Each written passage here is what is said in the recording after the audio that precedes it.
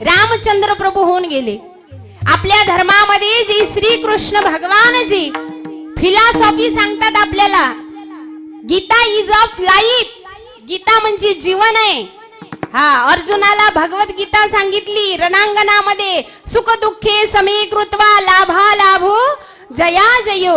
हा, हे अर्जुना, कधी लाभ आहे तर कधी हानी आहे, कधी जय आहे तर कधी पराजय आहे, पण मागे फिरकू नको. रणांगणामध्ये आलास तर युद्ध कर आणि धर्माचा काय कर, विजय कर, धर्माचा विजय कर. अशा प्रकारे महाराज श्री कृष्ण भगवान रामचंद्र प्रभू आपल्या धर्मामध्ये असताना दुसरीकडे आपण का जावं, नाही दुसरीकडे का जावं. आपल्याच धर्मामध्ये लागेल तेवढं ग्रंथ आहेत, पण आपल्याला वाचायला काही वेळ, वाचायला वेळ नाही. मी कीर्तनाच्या माध्यमातून, माझ्या कथेच्या माध्यमातून मी धर्माविषयी नेहमीच बोलत असते. बोलायला पाहिजे. प्रत्येक व्यक्तीने आपल्या धर्माची बाजू स्वीकारायला पाहिजे. कर्तव्य म्हणून ती जबाबदारी पार पाडायला पाहिजे. ही माझ्या अंतःकरणाची तळमळ आहे महाराज, अंतःकरणाची तळमळ आहे. माऊली म्हणतात, जरी लोकांची धवडारे देखून या मनोहरे, का आपुली तनारे मोडावे मोडावे केवी. काही आपले हिंदू लोक, हिंदू महिला जेव्हा वेगवेगळ्या धर्मामध्ये जातात, वेगवेगळ्या संप्रदायामध्ये जातात, तेव्हा अंतःकरण दुखतं महाराज. ज्या संभाजी महाराजांनी या धर्मासाठी देहाचे तुकडे केले आणि आज आपण तो धर्म कुठं नेऊन ठेवला, कुठं नेऊन ठेवला. आपल्या हिंदू धर्माचे लोक एवढे बेईमान आहेत की आपल्या हिंदू देवी देवतांची काय करतात, चेष्टा करतात महाराज, साधू संतांची चेष्टा करतात. आणि म्हणून अशा लोकांनी कीर्तन ऐकायला पाहिजे, अशा लोकांनी ग्रंथ वाचायला पाहिजे, अशा लोकांनी संतांचे विचार श्रवण करायला पाहिजे. आणि मला या अभंगामध्ये सांगायचंय, तुकोबारायांनी रामकृष्ण हरी मंत्र हा अख्ख्या जगाला सांगितला. मग या मंत्रामध्ये काय आहे, आचार विचार आणि उच्चार. बाबाजी फुले सांगितले नाम आणि मंत्र दिला राम कृष्ण हरी. आपल्या जीवनामध्ये 2 दिवस महत्वाचे आहेत. आपल्या जीवनामध्ये 2 दिवस महत्वाचे आहेत. ते 2 दिवस म्हणजे कोणते? पहिला आहे जन्माला येण्याचा आणि दुसरा आहे जाण्याचा. जन्माला येतो म्हणून वाढदिवस साजरा केला जातो आणि मेल्यानंतर वर्ष श्राद्ध केल्या जातो महाराज. पण तुकोबाराय म्हणतात, माझ्या जीवनामध्ये हे 2 दिवस तर महत्वाचे आहेत, पण तिसरा दिवस हा महत्वाचा आहे की बाबाजी आपुले सांगितले नाम. हा दिवस अतिशय माझ्यासाठी महत्वाचा आहे. आणि म्हणून माझे भाग्य काय झाले, उदयाला आले. हे सभंगाच्या प्रथम चरणात उजळले भाग्यता, उजळले भाग्यता, उजळले भाग्यता, उजळले भाग्यता.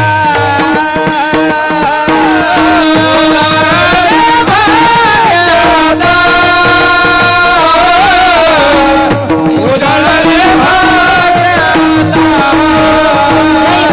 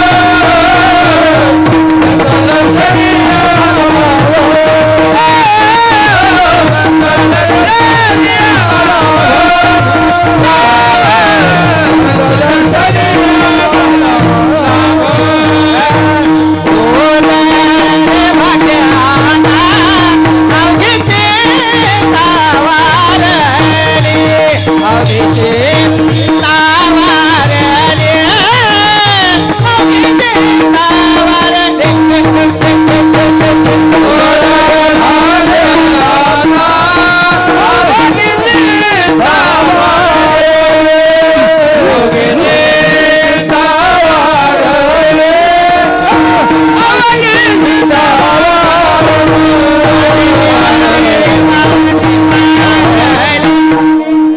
तुकोबाराय अभंगाच्या प्रथम चरणात सांगतात उजडले अवघी चिंता वारली उजडले भाग्य. त्या भाग्य कुणाला म्हणा महाराज? तुकोबाराय म्हणतात की बाबाजी आपुले सांगितले नाम मंत्र दिला रामकृष्ण हरी म्हणून माझं भाग्य उदयाला आलं. पण आमचं तुमचं केव्हा भाग्य उजडतो? जसं आपल्यामध्ये तीन गोष्टी महत्वाच्या आहेत. तीन गोष्टी म्हणजे कोणत्या? पहिला आहे द्रव्य, पहिला आहे द्रव्य, दुसरा आहे मुलगा आणि तिसरी आहे बायको. लक्षात आलं? पहिला आहे द्रव्य. जसं एखादा व्यक्ती घर बांधत आहे आणि पाया बांधत असताना त्याच्यामध्ये जर सोन्याची खाण लागली किंवा सोन्याचा हंडा जर मिळाला तर तो व्यक्ती काय म्हणतो? अरे बाप रे, माझ्यासारखा भाग्यवान नाही, कारण एवढा मोठा सोन्याचा हंडा सापडला म्हणजे माझ्यासारखा भाग्यवान नाही. द्रव्य. दुसरा आहे मुलगा. एखाद्याला जर संतान प्राप्ती जर होत नसेल, येन केन प्रकार इकडे जातो तिकडे जातो, हे करतो, हा नवस करतो, तो नवस करतो, तरी पण त्याला मुलगा होत नाही. आणि म्हातारपणामध्ये जर त्याला संतान प्राप्ती झाली तर तो काय म्हणतो? माझ्यासारखा भाग्यवान, माझ्यासारखा भाग्यवान नाही. मला मुलगा झाला, मुलगी असती तर चेहरा पडला असता, पण मुलगा झाला तर त्याची छाती फुगायला लागली. मला मुलगा झाला, म्हातारपणात का होईना पण मुलगा झाला, मी काय आहे? भाग्यवान आहे. तिसरी म्हणजे बायको. एखाद्याचं लग्न होत नाही, त्याच्या सोबतचे सगळे मित्र लग्न झाले, चतुर्भुज झाले, हा विचार करत राहतो माझं लग्न कधी होईल, मला बायको कधी भेटेल. आजकाल या कलियुगामध्ये तर फारच गंभीर गोष्ट झालेली आहे. मुलगी भेटेनाच झाली आहे, नाही, मुलगीच भेटत नाही.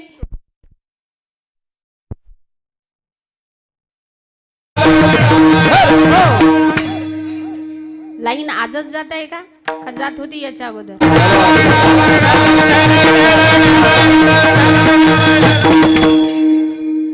तिसरी काय आहे महाराज? बायको. एखाद्याचं लग्न होत नाही आणि अचानक त्याचं लग्न झालं, अचानक त्याचं लग्न झालं, शुभमंगल सावधान. अचानक त्या व्यक्तीचं जर लग्न झालं ना महाराज, स्वर्ग त्याला दोनच बोट राहतो. असा नाचतो तो, असा नाचतो. माझ्यासारखा भाग्यवान कोणी नाही, कारण मला बायको भेटली. अरे बघा बघा, मला बायको भेटली, माझ्यासारखा भाग्यवान नाही. हे आपल्यातली गोष्ट झाली महाराज. आपण याला भाग्य समजतो, द्रव्य मिळाला, मुलगा झाला, याला भाग्य समजतो. पण तुकोबाराय याला भाग्य समजत, याला भाग्य समजत नाही. भाग्य तरी नव्हे, धना पुत्र दारा आणि निकटवास बरा संतापाई. धन, पुत्र आणि दारा या तीन गोष्टीला भाग्य समजत नाही. का समजत नाही महाराज? कारण की तुकोबारायांना माहित आहे धन हे काय आहे? शाश्वत नाही. तुका म्हणे धन भाग्य अशाश्वत जाण. धन हे अशाश्वत आहे. धन हे मिळवताना दुःख, सांभाळतानाही दुःख, आणि ते सोडून गेल्यानंतरही माणसाला दुःख आहे. एवढी मोठी करोडाची संपत्ती सोडून माणसाला जावंसं वाटते का? जावंसं वाटत नाही, पण जावं लागते. कारण की कबीरदास महाराज म्हणतात, तू तो काया नगर का सौदागर, तू तो काया नगर का सौदागर, तुझे अपने वतन पे जाना है, तू तो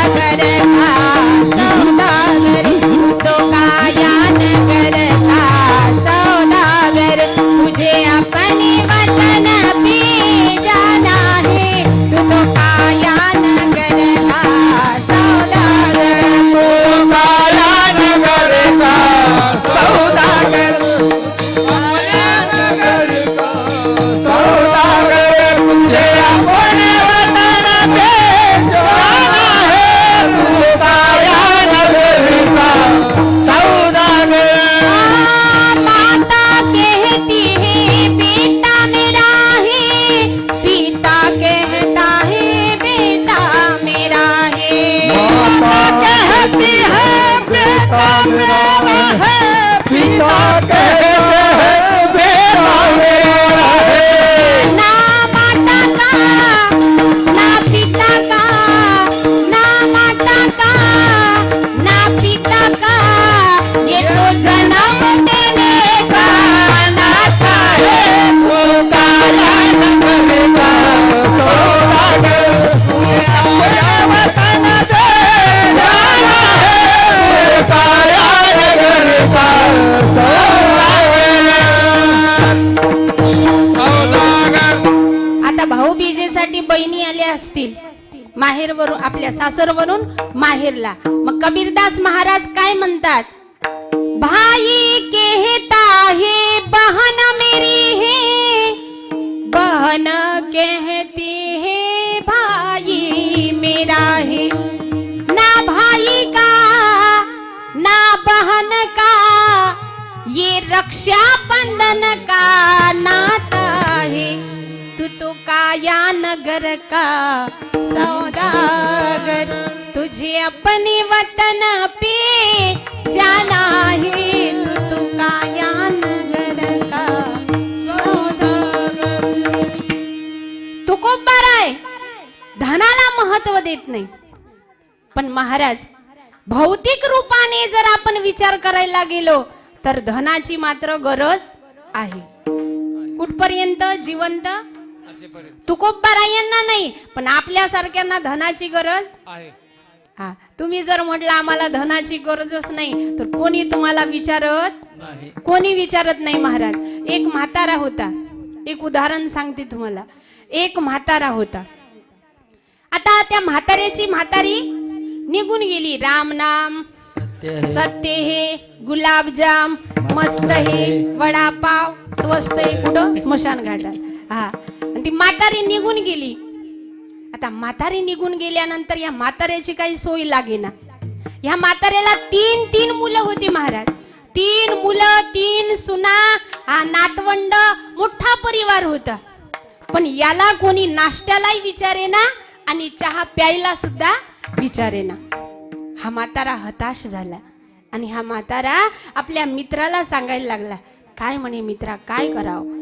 मला एक सून विचारत नाही म्हणे की मामांजी चहा पिता का, मामाजी नाश्ता करता का, काहीच विचारत नाही म्हणे. मुलंही विचारत नाही. काय करावं? माझ्या हातामध्ये आता अधिकार राहिला नाही. सगळी जमीन जुमला मुलांच्या नावावरती करून दिलं. आता माझा काही बँक बॅलन्स राहिला नाही, त्याच्यामुळे लेकर काही मला विचारत नाही. आता काय करावं म्हणे. तेव्हा त्याचा मित्र होता हुशार आणि त्याचा मित्र म्हणायला लागला म्हणे, मित्रा काही काळजी करू नको, तुझा बँक बॅलन्स नाही आहे म्हणे, पण बँक बॅलन्स मी तुझा जमवून देतो म्हणे. म्हणे कसा काय? आणि मग काय? त्या मित्राने काय केलं महाराज, एक भांडा घेतला. त्या भांड्यामध्ये सुट्टे पैसे टाकले, चिल्लर पैसे टाकले आणि चिल्लर पैसे टाकले आणि एक मोठी जात पेटी दिली. आणि पेटी दिल्यानंतर त्या म्हाताऱ्याला सांगितलं आयडिया की बाबा म्हणे तुला म्हणे कुणी विचारत नाही म्हणे, पण उद्यापासून नक्की तुला विचारल्याशिवाय राहणार नाही म्हणे. कसं काय? म्हणे ही पेटी घरी घेऊन जा म्हणे, आपल्या खोलीमध्ये ठेव म्हणे, दरवाजा बंद करायचा आणि दरवाजा बंद करून त्या पैशाची गिनती करायची म्हणे जोरा जोरानं. असे ना 1000 रुपये म्हणे, पण लाखाची गिनती करायची म्हणे. असे ना 1000 रुपये, पण गिनती लाखाची करायची म्हणे. अशा प्रकारे तू दररोज ते पैसे मोजायचे म्हणे.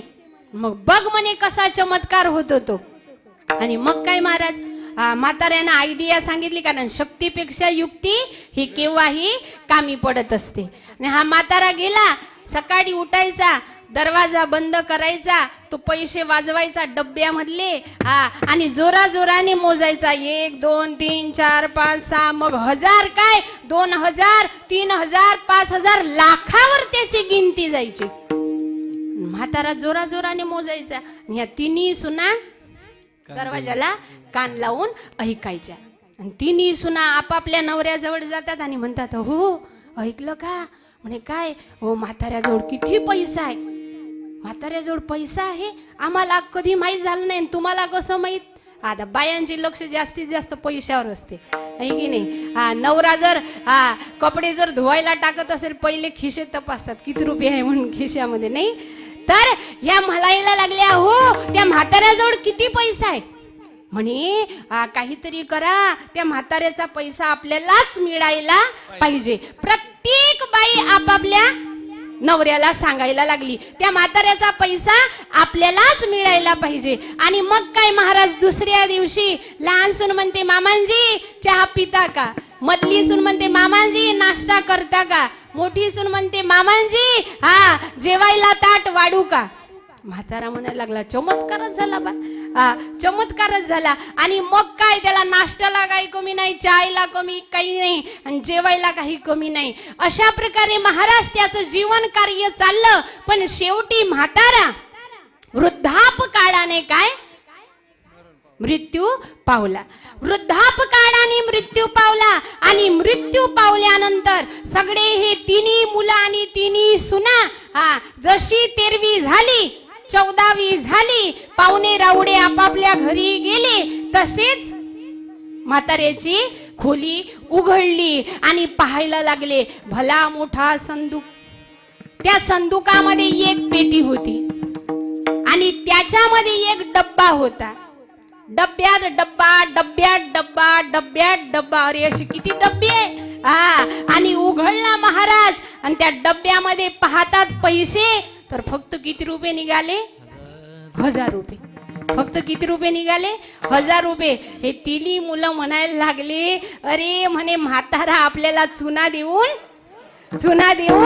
गेला. विठाला विठाला विठाला.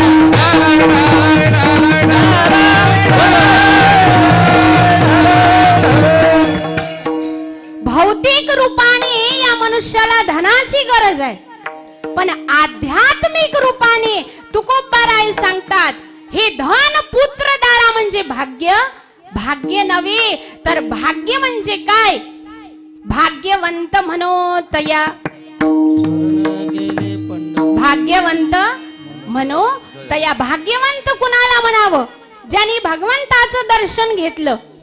भाग्यवंत कुणाला म्हणावं ज्यांनी संताचं दर्शन घेतलं आणि संतांची संगत मिळाली, त्याला खरं भाग्यवान म्हणावं. आणि म्हणून तुकोबाराय म्हणतात भगवंताला मागणी मागतात अखंड जया तुझी प्रीती मजते तयाची संगती तयाची संगती तुझवा नामे कंटाळा तुझी प्रीती मजते तयाची संगती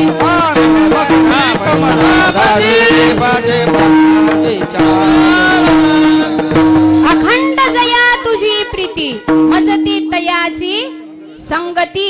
नवे नवे तर हरिपाठामध्ये सुद्धा म्हटलेलं आहे संतांचे संगती मनोमार्ग गती आकडावा श्रीपती येणे पंथे आकडावा श्रीपती येणे पंथे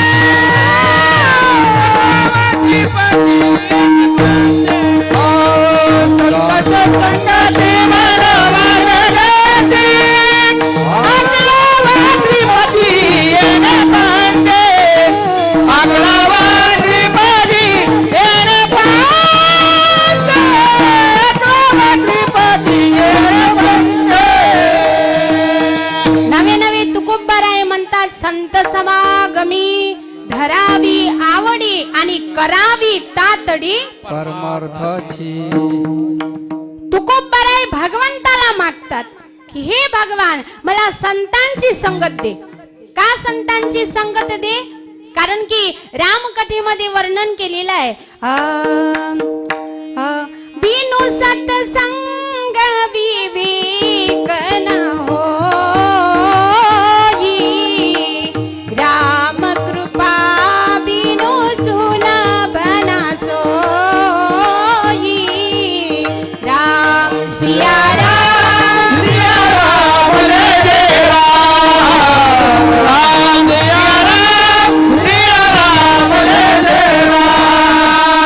मंगल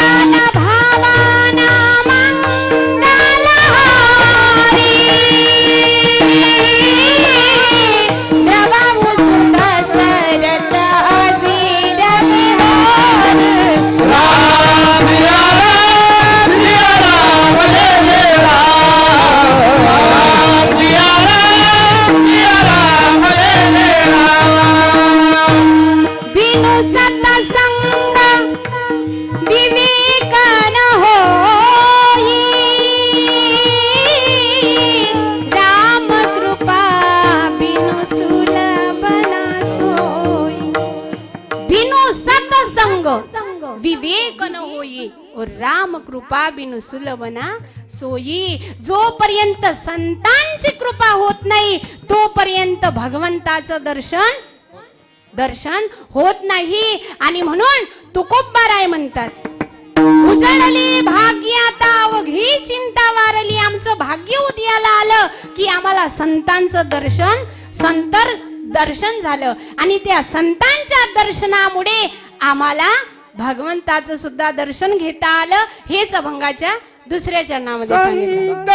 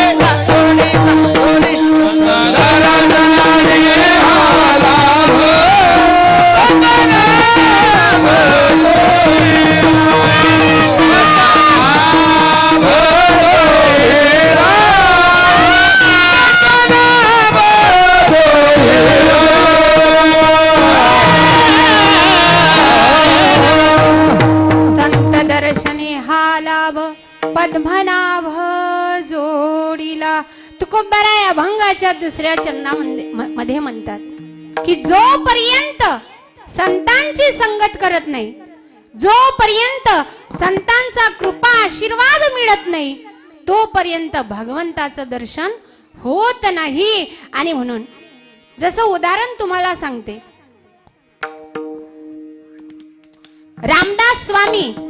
रामदास स्वामींचं नाव सगळ्यांनी ऐकलंय, ज्यांनी दास बोध ग्रंथाचं काय केलं, लिखाण केलं, ते रामदास स्वामी.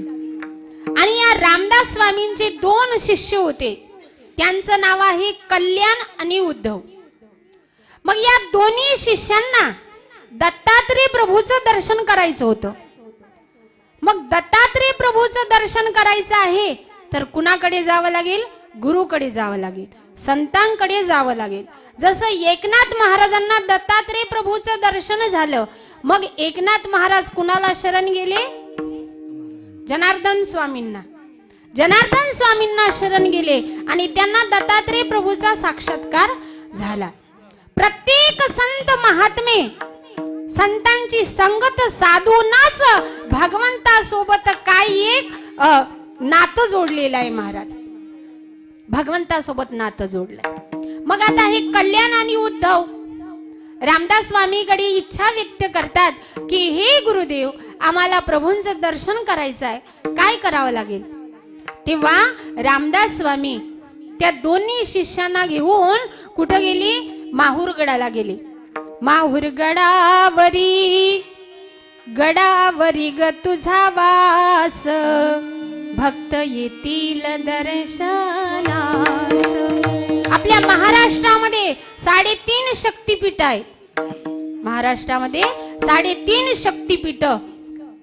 पहिलं म्हणजे तुळजा भवानी, दुसरं कोल्हापूरची महालक्ष्मी, तिसरी वणीची सप्तशृंगी आणि अर्धपीठ म्हणजे माहुरगडाची रेणुका माता. ऐगिरी नंदिनी नंदित मेदिनी विश्व विनोदिनी नंदनुते, गिरिवर विंद शिरोदिनी वासिनी विष्णु विलासिनी विष्णुनुते, भगवती हे शितिकंठ कुटुंबिनी भूरी कुटुंबिनी भूरी कृती, जय जय हे महिषासुरमर्दिनी रम्यकपर्दिनी शैलसुते, अयगिरी नंदिनी नंदित मेदिनी विश्व विनोदिनी नंदनते, गिरिवर विंद शिरोदिनी वासिनी विष्णु विलासिनी विष्णुनुते, भगवती हे शितिकंठ कुटुंबिनी भूरी कुटुंबिनी भूरी कृती, जय जय हे महिषासुरमर्दिनी रम्यकपर्दिनी शैलसुते,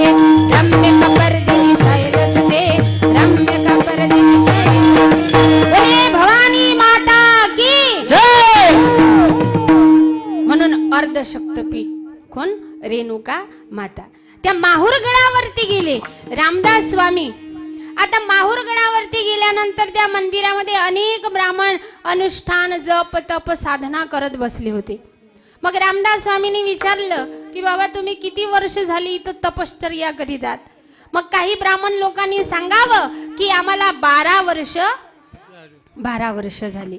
मग रामदास स्वामी म्हणायला लागले, अरे बाबा कल्याण आणि उद्धव, आपण सुद्धा 12 वर्ष नाही म्हणे, पण 5 मिनिटातच आपण प्रभूचं दर्शन करून आपापल्या घरी जाऊ म्हणे, आपापल्या निवासस्थानी जाऊ.